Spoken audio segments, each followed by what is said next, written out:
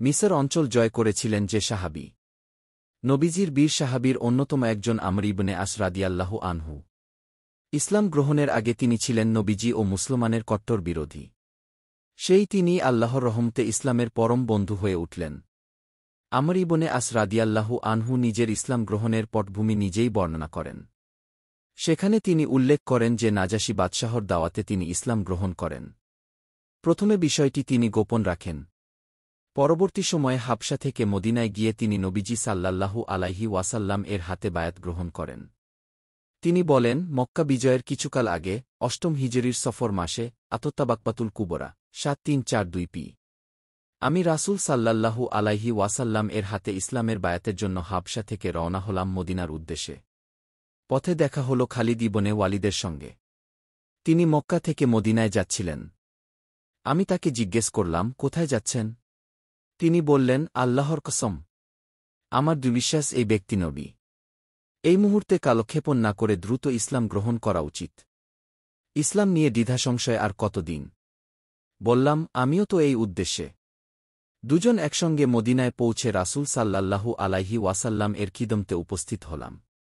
আমাদের দেখে রাসূল সাল্লাল্লাহু আলাইহি ওয়াসাল্লাম এর চেহারা মুবারক উজ্জ্বল হয়ে গেল।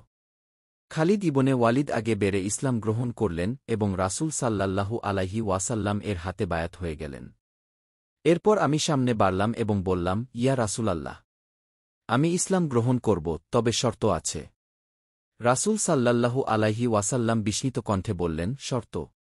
কি শর্ত? বললাম, আমার অতীতের পাপরাশি যদি মাফ হয়।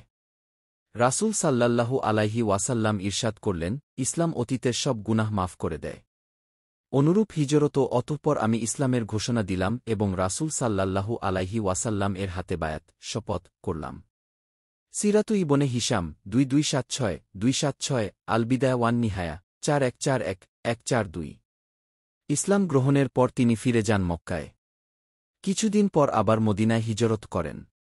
আমর ইসলাম গ্রহণের আগে যেমন মুসলমানদের বিরুদ্ধে ছিলেন চরম, ইসলাম গ্রহণের পর কাফিরদের বিরুদ্ধে হলেন চরম। তাই কাফিরদের বিরুদ্ধে বিভিন্ন যুদ্ধে তিনি অগ্রণী ভূমিকা পালন করেন। আমর রাদিয়াল্লাহু আনহু এর ইসলাম গ্রহণের পরও একাধিক যুদ্ধ সংঘটিত হয়। তবে সেসব যুদ্ধে তার অংশগ্রহণ সম্পর্কে তেমন কিছু জানা যায় না। অবশ্য একাধিক ক্ষুদ্র অভিযান যে তার নেতৃত্বে পরিচালিত হয়, তা ইতিহাস থেকে জানা যায়। যেমন অষ্টম হিজরির জুমাদাল উখরা মাসে রাসূল সাল্লাল্লাহু আলাইহি ওয়াসাল্লাম বনু কুয়াহ গোত্রের বিরুদ্ধে তার নেতৃত্বে মুসলিম বাহিনী পাঠান।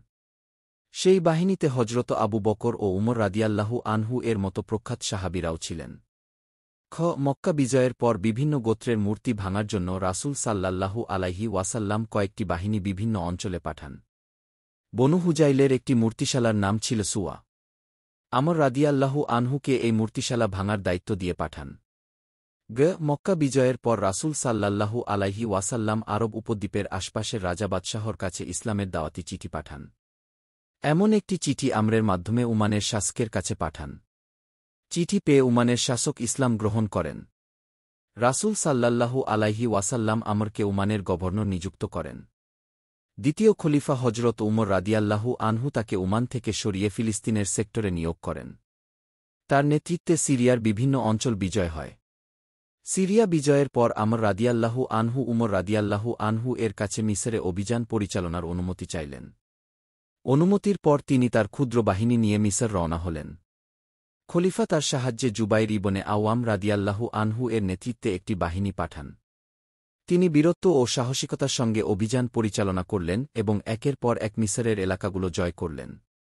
মিসর বিজয়ের পর উমর রাদিয়াল্লাহু আনহু তাকে মিসরের গভর্নর নিয়োগ করেন।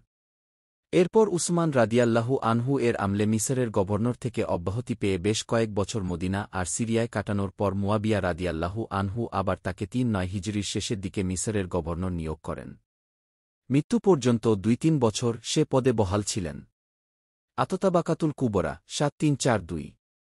আল্লাহ আমাদের সবাইকে দিনের সঠিক জ্ঞান, বুঝ ও আমল দান করুন। আমিন। দিন প্রচারের উদ্দেশ্যে ভিডিওটি শেয়ার করুন, পেজটি ফলো ও লাইক দিন এবং চ্যানেলটি সাবস্ক্রাইব করুন ও লাইক দিন। জাযাকাল্লাহ খৈরান।